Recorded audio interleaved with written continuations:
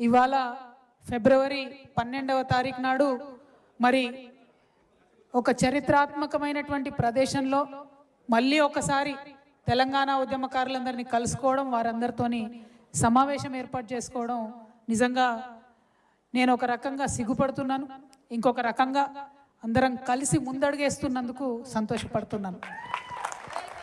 ఇవాళ ఇదే చోట ఆనాడు సమైక్యాంధ్రవాదులందరూ కూడా నోటికాడికి వచ్చినటువంటి మన తెలంగాణను వాళ్ళ రాజీనామాలతో అడ్డుకుంటూ ఉంటే పార్టీలు జెండాలు ఎజెండాలు పక్కకు పెట్టి తెలంగాణ జేఏసీ ఏర్పాటు చేసింది కూడా ఇక్కడనే, ఇదే ప్లేస్ నుంచి, ఇదే హాల్ నుంచి తెలంగాణ జేఏసీ ఏర్పాటైంది. అప్పుడు అన్ని పార్టీలలో ఉన్నటువంటి వాళ్ళు పార్టీలకు అతీతంగా జెండాలకు అతీతంగా వచ్చి కేవలం మాకు తెలంగాణ రాష్ట్రం ముఖ్యం కానీ ఇంకోటి కాదు అని చెప్పి ముందడుగేసి రాష్ట్రాన్ని సాధించుకుందాం. ఆ విషయం మీ అందరికీ తెలుసు. మళ్ళీ అటువంటి ప్రదేశంలోనే మనందరం అనేక మందిని ఉద్యమకారుల సంక్షేమం కోసం పెట్టుకున్నటువంటి సంఘాలందరం, ఉద్యమకారుల కోసం పనిచేస్తున్నటువంటి సంఘాలందరం కూడా కలిసి మళ్ళీ ఒక ముందడుగేస్తూ ఉన్నాం. బాధ అవుతుందని ఎందుకన్నా అంటే మనందరం కొట్లాడి రాష్ట్రం సాధించుకున్న తర్వాత రాష్ట్రం రాగానే మొదటి వరుసలోనే మనకు గౌరవం దక్కుతుంది అనుకున్నాం, మొదటి వరుసలోనే మనకు గుర్తింపు దక్కుతుంది అనుకున్నాం, మొదటి వరుసలోనే అంతో ఇంతో ఎవరికి తగ్గట్టు వారికి రాజకీయ గుర్తింపు దొరుకుతుంది అనుకున్నాం, ఆర్థిక అభివృద్ధి కొంచెం మనం ఒక అడుగు ముందేస్తాం, మన కుటుంబాలు బాగుంటాయి అనుకున్నాం. కానీ రాష్ట్రం వచ్చిన తర్వాత అనేకమైన అంశాలు జరిగినాయి, వాటన్నిటి గురించి మాట్లాడుకుందాం. కాకపోతే ముందుగా మనం అర్థం చేసుకోవాల్సింది, మనం వెనక్కి తిరిగి చూసుకోవాల్సింది, సింహావలోకనం చేసుకోవాల్సింది అద్భుతమైనటువంటి చరిత్ర మన తెలంగాణ గడ్డకున్నది. నేను ఒక మాట చెప్తా ఉన్నా, ఇవాళ నేను తెలంగాణలో పుట్టినందుకు గర్వపడుతున్నా. ఎన్ని కష్టాలన్నా కానీ, ఎన్ని నష్టాలన్నా కానీ, ఏమన్నా కానీ, ఎన్ని జన్మలున్నా మళ్ళా తెలంగాణలోనే పుట్టాలని కోరుకుంటున్నా. ఎందుకంటే తెలంగాణ గడ్డకున్నటువంటి చరిత్ర అటువంటి చరిత్ర. మానవాళి ఎప్పుడైతే పుట్టిందో అప్పుడు పుట్టింది మన తెలంగాణ, ఇప్పుడప్పటిది కాదు. ఆఫ్రికా గురించి చెప్తారు, ఇండస్ వ్యాలీ చెప్తారు, ఏదేదో చెప్తారు, కానీ మన తెలంగాణకు కూడా అంత గొప్ప చరిత్ర ఉంది, అంత పునీతమైన చరిత్ర ఉంది, అంత పురాతనమైన చరిత్ర ఉంది. ఈ గడ్డలో ఎంతో చరిత్ర ఉన్నా ఒక 150 ఏండ్ల చరిత్ర మాత్రం ఈ సందర్భంలో గుర్తు చేసుకోవాలి. మొట్టమొదటి బ్రిటిష్ వాళ్ళకు వ్యతిరేకంగా పోరాటం చేసినటువంటి గోండు బిడ్డ రామ్జీ గోండుని 1850లో 1860లో దారుణాతి దారుణంగా ఆయనతో పాటు ఆయన ఫాలోవర్స్ అయినటువంటి 1000 మంది ఉద్యమకారులను ఒకటే మర్రి చెట్టుకు ఉరివేసి అత్యంత దారుణంగా బ్రిటిష్ వాళ్ళు చంపారు. ఆ చరిత్ర మరుగున పడిపోయింది. మనం చెప్పుకున్నాం, తవ్వుకున్నాం, తోడుకున్నాం ఉద్యమ సందర్భంలో. ఎట్టి పరిస్థితుల్లో ఆ త్యాగాన్ని మనం మర్చిపోకూడదు. ఆయన స్ఫూర్తితోని మళ్ళా దాదాపుగా 1940లో ఇంకొక గోండు బిడ్డ కొమరం భీం బయలుదేరి జల్ జంగల్ జమీన్ అని చెప్పి హక్కుల సాధన కోసం నిజాం సైన్యానికి ఎదురొడ్డి పోరాడి అమరుడైనటువంటి కొమరం భీం. ఆ తర్వాత ఆయన స్ఫూర్తిని అందుకొని దాదాపుగా 1940 జూలై 4వ తారీఖు నాడు, 46 జూలై 4వ తారీఖు నాడు దొడ్డి కొమరయ్య అమరుడైండు. ఆనాటి నిజాం యొక్క గూండాలు, జమీందారులు, దొరలు, వారి యొక్క ప్రైవేట్ సైన్యం యొక్క దురాగతాలకు దొడ్డి కొమరయ్య అమరుడైతే మొత్తం అగ్గి ఉట్టింది తెలంగాణ అంతా. పేద బీద బిక్కి అందరూ కూడా బయలుదేరి ఆయుధాలు పట్టుకొని ఇంకా సహించం ఈ దురాగతం, దున్నేవాడిదే భూమి, మా భూమి మాకు కావాలని ఆనాడు 1942లో వాళ్ళందరూ కూడా కొట్లాడితే మనకు స్వతంత్రం వచ్చే కన్నా ముందే, భారతదేశానికి స్వతంత్రం వచ్చే కన్నా ముందే బీద బిక్కికి అందరికి కూడా భూములు వంచుకున్నాం మనం ఇక్కడ తెలంగాణలో. ఆ తర్వాత స్వాతంత్రం వచ్చింది 1947లో, 48లో మనల్ని విలీనం చేసిండ్రు. ఇక స్వతంత్రం వస్తుందనంగా రజాకారుల దురాగతాలు భరించింది ఈ నేల, ఘోరాతి ఘోరమైన దురాగతాలు. బతుకమ్మలు ఆడించిండ్రు, ఆడబిడ్డల్ని బట్టలు ఇప్పించి అనేకమైన దురాగతాలు ఈ నేల సహించింది. ఆ తర్వాత మొత్తం ఇండియన్ సైన్యం వచ్చింది, ఆ సైన్యం దురాగతాలను కూడా భరించిన. ఎందుకు చెప్తా ఉన్నా అంటే ఈ నేల 150 సంవత్సరాల నుంచి నెత్తురోడుస్తూనే ఉన్నది. ఎక్కడ కూడా మనకు శాంతి లేదు, సంతోషం లేదు. ఆ నెత్తురోడుతున్నటువంటి చరిత్రను గుర్తు చేసుకోవాల్సిన సందర్భం ఇది. స్వతంత్రం వచ్చింది, స్వతంత్రం వచ్చిన వెంటనే వచ్చినటువంటి ఆ గవర్నర్ పాలనలో అప్పటిదాకా మనకు ఉర్దూ స్కూళ్ళు, ఇంగ్లీష్ లేదు, తెలుగు లేదు, స్కూళ్ళు మొత్తం మద్రాస్ స్టేట్ నుంచి ఆంధ్ర నుంచి ఇబ్బడిగా టీచర్లను తీసుకొచ్చిర్రు మనకి ఇంగ్లీష్ చెప్పాలి తెలుగు చెప్పాలని. వాళ్ళ లొల్లి భరించలేక 1952లోనే Mulki non Mulki go back అనేటటువంటి పెద్ద ఉద్యమం వచ్చింది. అది అయిపోయింది, అక్కడ కొట్లాడినాం. ఆ తర్వాత 56లో అప్పుడు ఉన్నటువంటి మన రాజకీయ నాయకులందరూ కూడా ఢిల్లీకి గులాములయ్యి మనల్ని తీసుకుపోయి ఆంధ్రలో కలిపిండ్రు. తర్వాత 1962లో ఇడ్లీ సాంబార్ గోబ్యాక్ అనేటటువంటి మూమెంట్ వచ్చింది. అంటే ఎక్కడ గ్యాప్ లేదు, 3 ఏళ్ళు 2 ఏళ్ళు 4 ఏళ్ళకు ఒక ఉద్యమం వస్తూనే ఉన్నది తెలంగాణ. ఎన్నడూ మనం ప్రశాంతంగా లేము. 62లో ఇడ్లీ సాంబార్ ఉద్యమం వస్తే ఆ తర్వాత 1969లో జై తెలంగాణ మూమెంట్ వచ్చింది. ఇక మాతో కాదురా నాయన, వీళ్ళతో ఉండలేము, మమ్మల్ని దయచేసి వేరు చేయండి అని చెప్పి కలిపినాక వెంటనే 1969లో ఉద్యమం వస్తే కాసు బ్రహ్మానంద రెడ్డి గారు 369 మన పిల్లలను పొట్టన పెట్టుకున్నాడు, తుపాకులతోని కాల్చి చంపిండు. కానీ తెలంగాణ రాష్ట్రం వచ్చిన తర్వాత కూడా ఇంకా కేబీఆర్ పార్క్ పేరు కేబీఆరే ఉన్నది. అదే బాధ, వేరే బాధ ఏం లేదు మనకు. మనని గుర్తించిర్రా, మనకు పదవి వచ్చిందా, పైసలు వచ్చిందా, రెండోది.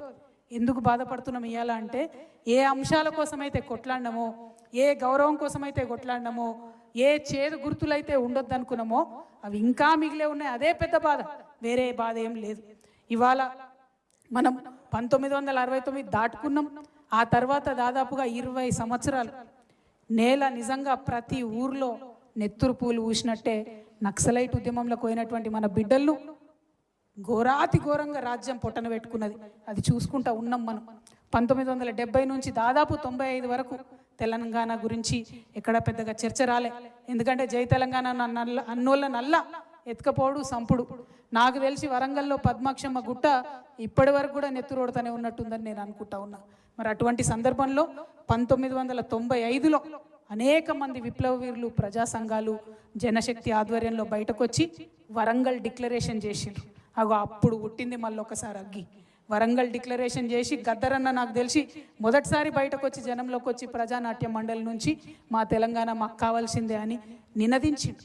అంటే అన్ని సంవత్సరాలు 1956లో మనల్ని కలిపిన తర్వాత కూడా అన్ని సంవత్సరాలు మన దగ్గర ఉండేటటువంటి విప్లవకారులు, ప్రజా సంఘాలు, మేధావులు అందరూ కూడా నిప్పును కాపాడుకుంటూ తెలంగాణ భావాన్ని కాపాడుకుంటూ వచ్చారు.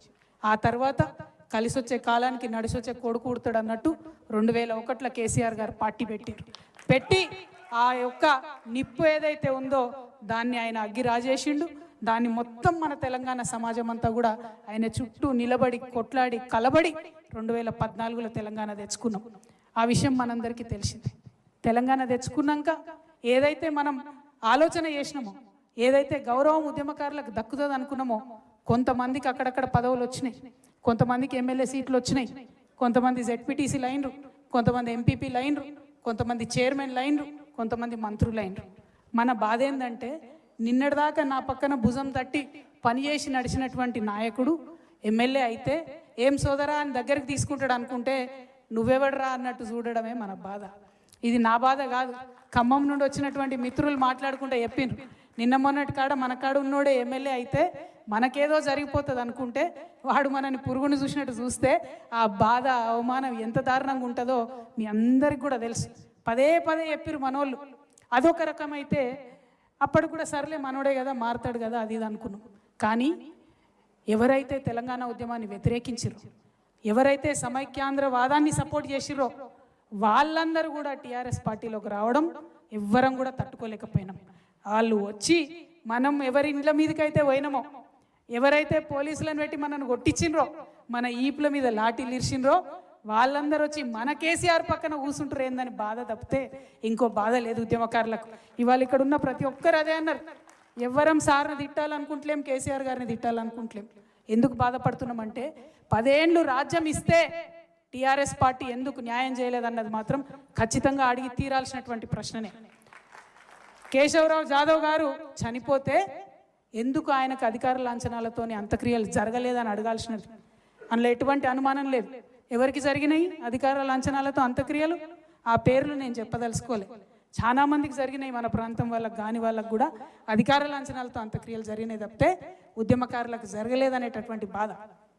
జయశంకర్ సార్ బొమ్మ పెట్టాలని, నేనే ఎవరో కాదు, జయశంకర్ సార్ బొమ్మ మనకు కేబీఆర్ పార్క్ దగ్గర పెట్టాలని నేనే స్వయంగా ఆనాటి మున్సిపల్ శాఖ మంత్రి గారిని పదే పదే పదే అడిగిన. సుప్రీంకోర్టు తీర్పు అడ్డం వచ్చింది జయశంకర్ సార్ బొమ్మ పెట్టాలంటే. పోనీ ట్యాంక్ బండ్ మీద పెడదామని అడిగిన, పెట్టుకోలేకపోయినాం. వేరే వాళ్ళవి ఉన్నాయి ఆడ తీస్తామని ఉద్యమంలో అనుకున్నాం, తీయకపోతే. కానీ కనీసం మన వాళ్ళే పెట్టుకోలేకపోతామనే బాధ మాత్రం ఇప్పటికి కూడా వెంటాడుతూ ఉన్నది. ఇక ఇప్పుడు ఈయన వచ్చిన ఆయన అయితే ఎవరు బొమ్మలు పెడుతుండో, ఎందుకు పెడుతుండో, మన హైదరాబాద్ కూడళ్ళలో ఏం బొమ్మలు పెడుతుండో అర్థం కూడా కానటువంటి పరిస్థితి ఉన్నది. మన బాధ ఏంటంటే ఉద్యమంతో సంబంధం లేనోడికి ఆడి పక్కన చేరి మనం ఉద్యమం గెలిపించుకున్నామని చెప్తున్నారు చాలామంది. ఇక్కడ ఉద్యమకారులందరూ కూడా కోపంతోని, ఆవేదనతోని అసలు ఉద్యమానికి వ్యతిరేకంగా గన్ను పట్టుకొని తిరిగినటువంటి రేవంత్ రెడ్డిని గెలిపించుకున్నామంటే ఎంత దౌర్భాగ్యం ఇది, మామూలు దౌర్భాగ్యం కాదు. ఇక ఆయనకి ఏం సోయి ఉంటుంది ఉద్యమానికి సంబంధించి, తెలంగాణకు సంబంధించి ఏం సోయి ఉంటుంది, ఏం ఎక్స్పెక్ట్ చేస్తాం ఆయన దగ్గర? రవీంద్ర భారతిలా గద్దర్ అన్న విగ్రహం ఉండాలి. ఎవరి విగ్రహం ఉన్నది ఇవాళ? రవీంద్ర భారతిలా బిరుదరాజు రామరాజు గారి విగ్రహం ఉండాలి. ఎవరిది ఉన్నది ఇవాళ? రవీంద్ర భారతిలా సుద్దాల హనుమంతు విగ్రహం ఉండాలి.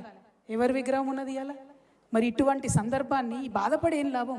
మన చేతుల్లో ఉన్నప్పుడు పొడగొట్టుకుంటుంది, మనం సోయితో చేసుకోలేకపోతే ఇప్పుడు బాధపడి ఏం లాభం? పోరాటం తప్పితే ఇప్పుడు మనకు వేరే శరణ్యమే లేదు. ఎందుకంటే కాంగ్రెస్ పార్టీకి ఎప్పుడైనా ఒకటే భాష అర్థమవుతుంది, పోరాడితేనే అర్థమవుతుంది. 69 నుంచి పోరాడినాం కాబట్టే తెలంగాణ వచ్చింది. ఇప్పుడు పోరాడితేనే ఖచ్చితంగా రేపటి నాడు మన ఉద్యమకారులకు న్యాయం జరుగుతుంది. ఇవాళ నిజంగా బాధ అనిపిస్తుంది నాకు. మనం ఎవరం, అందరం మనం టైగర్స్, మనం సింహాలం. నాకు కొట్లాడినాం, మనం కొంచెం బాధపడ్డాం కరెక్టే. మనోళ్ళే గాయం చేసిరు కాబట్టి నొప్పి ఎక్కువైతుంది, అంతే తప్పితే గాయాలకు భయపడేటోళ్ళం కాదు. మనం కొట్లాడాలి, మళ్ళీ పిడికిలు బిగించాలి. ఎవరి కోసం కొట్లాడాలి? తల్లిని విముక్తం చేసినాం కదా, తల్లిని విముక్తం చేసినాం, కానీ మనం బానిసలైనాం. ఇవాళ మన బానిస సంఖ్యలు తెంచుకోవడం కోసం మనం ముందటికి పోవాలి, మన బతుకు తెరువు కోసం మనం ముందటికి పోవాలి, మన పిల్లల దగ్గర, మన కుటుంబం దగ్గర మన గౌరవం నిలబెట్టుకోవడం కోసం ఖచ్చితంగా ముందుకు పోవాలి, ముందడిగేయాలి, వేద్దాం. నేను ఆనాడు చెప్పినా మళ్ళీ ఈనాడు చెప్తున్నా, ఉద్యమకారులు బాగా కష్టపడున్నారు, ఇబ్బంది పడున్నారు. మళ్ళా ఒకసారి మీ మీద లాఠీ పడితే దానికి ముందు నా మీద పడేటట్టు మీ ముంగట నేను నడుస్తాను ఆనాడు చెప్పిన, మళ్ళీ కూడా చెప్తా ఉన్నా. మీ మీదికి ఎక్కువ పెడితే ఆ బుల్లెట్ మొదట నన్ను దాటుకొనే మీ దగ్గరకు వస్తుందనే విషయాన్ని కూడా నేను మళ్ళీ చెప్తా ఉన్నా. నేను ఉట్టుగా చెప్తలేను, చాలా బాధతో ఆవేదనతో చెప్తున్నా. మా అన్నదమ్ములు, అక్క చెల్లెలు అలా మాట్లాడిన వాళ్ళందరికీ చెప్తున్నా నేను. మీరు బయట ఉండి బాధపడ్డారు, నేను లోపల ఉండి బాధపడ్డా. అంతకు మించి కొత్తగా జరిగింది ఏం లేదు. నేను జీ హుజూర్ అంటే గానే ఉంటుండి, క్యా హుజూర్ అన్న కాబట్టి గీడున్నాయి అలా బయట. కాబట్టి మీరు ఆలోచన చేసుకోండి, అర్థం చేసుకోండి. పెద్దగా విప్పి చెప్పాల్సిన అవసరం లేదు, ఇంటి గుట్టు బయట పెట్టుకోవాల్సిన అవసరం లేదు. ఉద్యమంలో కలిసి పనిచేసినాం, ఉద్యమం కోసం పనిచేసినాం, రేపు కూడా రాష్ట్రం కోసమే పనిచేయాలి. మనం తెచ్చుకున్న రాష్ట్రం, మనం తెచ్చుకున్నటువంటి ఈ రాష్ట్రం మన యువమిత్రులకు పనికొచ్చేటట్టు ఉండాలి. ఏం జరుగుతుంది అలా? రేవంత్ రెడ్డి గారు వచ్చినప్పుడు ఏమన్నాడు ఆయన ఏమన్నాడు? మొత్తానికి మొత్తం నిరుద్యోగులకు అన్యాయం జరిగిందన్నాడు. ఇవాళ ఏం చక్కదనం జరుగుతుంది? మరి 2 సార్లు పరీక్ష పెడితే ఇవాళ కూడా గదే పరిస్థితి కదా. ఇవాళ కూడా నిరుద్యోగులు పోయి కోర్టు చుట్టూ తిరుగుతున్నటువంటి పరిస్థితి కదా. మరి ఆనాడు న్యాయం జరగలేదు, ఈనాడు న్యాయం జరగలేదు. చేసింది ఏంద్రా నాయన అంటే తెలంగాణ తల్లి చేతులకి వెళ్ళి బతుకమ్మని తీసేసిండు, రంగు మార్చిండు, సెక్రటేరియట్లో పెట్టిండు. ఆమె ఏం తల్లో ఎవరికైతే అర్థమైతలేదు. మరి అది తప్పితే ఆయన చేసింది ఏమీ లేదు. నేను ఇవాళ డిమాండ్ చేస్తూ ఉన్నా, మన ఉద్యమకారులందరి పక్షాన నేను డిమాండ్ చేస్తూ ఉన్నా, ఒకటే ఒక మాట అడుగుతా ఉన్నా. ఏదైతే తెలంగాణ ఉద్యమకారులకు చేస్తారని మీరు చెప్పినరో ప్రతి ఒక్కటి చేయాల్సిందే. ఇప్పుడు ఈ సందర్భంలో ఎందుకు పెట్టినాం సభ? ఎందుకంటే ఫిబ్రవరి 26 నుండి బడ్జెట్ సమావేశాలు వస్తూ ఉన్నాయి. ఆ బడ్జెట్ సమావేశాల్లో మరి ఖచ్చితంగా తెలంగాణ ఉద్యమకారులు, అమరవీరుల కుటుంబాలకు ఏదైతే మీరు ఇస్తామని చెప్పారో 25,000 రూపాయల పెన్షన్ ప్రతి అమరవీరుల కుటుంబానికి ఇస్తా అన్నారు. ప్రతి అమరవీరుల కుటుంబానికి ఒకరికి ఉద్యోగం ఇస్తామన్నారు. దానికి సంబంధించి బడ్జెట్లో ప్రకటన చేయాలి. రెండవది, ప్రతి చోట ఉద్యమకారులు ఎవరైతే ఉన్నారో వాళ్ళని గుర్తిస్తామన్నారు. ఆ ప్రక్రియ ప్రారంభిస్తున్నట్టుగా బడ్జెట్ సమావేశాల్లో ప్రకటించాలి. ఉద్యమకారులందరికీ కూడా మరి 250 గజాల జాగా ఇస్తామని చెప్పిండ్రు. ఆ ప్రక్రియ ప్రారంభిస్తున్నట్టుగా బడ్జెట్లో ప్రకటించాలి, అసెంబ్లీలో ప్రకటన చేయాలి. ఉట్టికి కాదు, ఉద్యమకారులకు ఏదైతే సంక్షేమ బోర్డు పెడతామన్నారో ఆ సంక్షేమ బోర్డు ప్రకటన చేయాలి. చేయకుంటే ఊరుకునేదే లేదు. నేను హెచ్చరిక చేస్తా ఉన్నా, రేవంత్ రెడ్డికి కాదు, కోదండరామ్ సార్కి నేను హెచ్చరిక చేస్తా ఉన్నా. ఎందుకంటే రేవంత్ రెడ్డిని ఉద్యమకారులు నమ్మిందే మీ వల్ల. మీరు పోయి ఆయన పక్కన ఏరితే ఈ తెలంగాణ ఉద్యమ ద్రోహి, తెలంగాణ ఉద్యమ వ్యతిరేకి ఈయన పక్కకు కోదండరాం సార్ పోయిండు, మరేమో ఈయన చేసి పాడేతాడేమో ఉద్యమకారులకు అని చెప్పి ఉద్యమకారులందరూ నమ్మిండ్రు. కానీ 2.5 ఏళ్లుగా కోదండరాం సార్ ఎక్కడ మాట్లాడతలేరు. ఎందుకు మాట్లాడతలేరు? అసెంబ్లీలో మాట్లాడండి, చర్చించండి, నిలదీయండి. కాంట్రాక్టర్లకు తట్టెడు మట్టెత్తకుండానే 5,000 కోట్ల రూపాయలు రేవంత్ రెడ్డి ఇచ్చుకుంటున్నాడు కదా, మరి మీరెందుకు కోదండరాం సార్ మాట్లాడతలేరని నేను మిమ్మల్ని ప్రశ్నిస్తా ఉన్నా. నేను అడుగుతా ఉన్న ఆకునూరి మురళి గారిని, మీరు ఒక ఐఏఎస్, మీరు ఒక మేధావి, ఏమన్నారు మీరు? విద్యలో మార్పు తేవాలి, కేసీఆర్ చేస్తలేడు, నేను దగ్గరుండి చేపిస్తానన్నారు. అందుకనే కదా నమ్మింది ఉద్యమకారులు మిమ్మల్ని. ఆకునూరి మురళి గారు, కోదండరాం సార్, మీరు పోయి రేవంత్ రెడ్డి పక్కన చేరితేనే కదా ఉద్యమకారులు నమ్మింది. మరి ఎందుకు ఇవాళ మీరు సైలెంట్ ఉంటున్నారు? ఏమిచ్చింది మీ విద్యా కమిషన్? ఇచ్చిన రిపోర్ట్ ఒకటన్నా ఫాలో అయిందా కాంగ్రెస్ ప్రభుత్వం? ఏమన్నా మేలు జరిగిందా? ఏం జరుగుతుంది ఇవాళ? గురుకులాలలో పిల్లలు చచ్చిపోతా ఉంటే ఏం చేస్తుంది మీ విద్యా కమిషన్? ఎందుకని ఆకునూరు మురళి గారు మాట్లాడతలేరు? ఈ ప్రశ్న ఇవాళ ఖచ్చితంగా ఉద్యమకారులు అడుగుతారు. వారి పక్షాన తెలంగాణ జాగృతి ఇవాళ మిమ్మల్ని ప్రశ్నిస్తుంది. ఇవి రెండే కాదు, మరి అనేకమైనటువంటి అంశాలు ఉన్నాయి. ఎందుకంటే తెలంగాణ ఉద్యమకారులు మనం ఎప్పుడైనా మన కోసం మనం అడిగే అంశాలు అడుగుతాం, కానీ మనతో పాటు తెలంగాణకు కావాల్సిన అంశాలను ఇంకా ఎక్కువ ప్రాధాన్యత అడుగుతాం. కాబట్టి తెలంగాణ కోసం ఏదైతే హామీలు ఇచ్చిందో కాంగ్రెస్ ప్రభుత్వం, వాటన్నిటి సాధన కోసం కూడా వెంటబడతాం. ఊరికూరికే వదిలిపెట్టేదైతే లేదని కూడా ఈ విషయాన్ని తెలియజేస్తూ ఉన్నాం. ఇంకొక మాట, ఇవాళ తెలంగాణ ఉద్యమకారులు అందరూ ఉన్నారు కాబట్టి మీరందరూ ఆమోదిస్తే నేను ప్రపోజ్ చేయాలనుకుంటున్నా. హైదరాబాద్లో అద్భుతంగా బిల్డింగ్లు కట్టుకున్నాం, ఫ్లైఓవర్లు కట్టినాం, 56 అంతస్తుల మేడలు కట్టినాం. కానీ ఆ 56 అంతస్తుల మేడలో కనీసం 50 మంది కన్నా మన పిల్లలకు ఉద్యోగాలు వచ్చినాయా?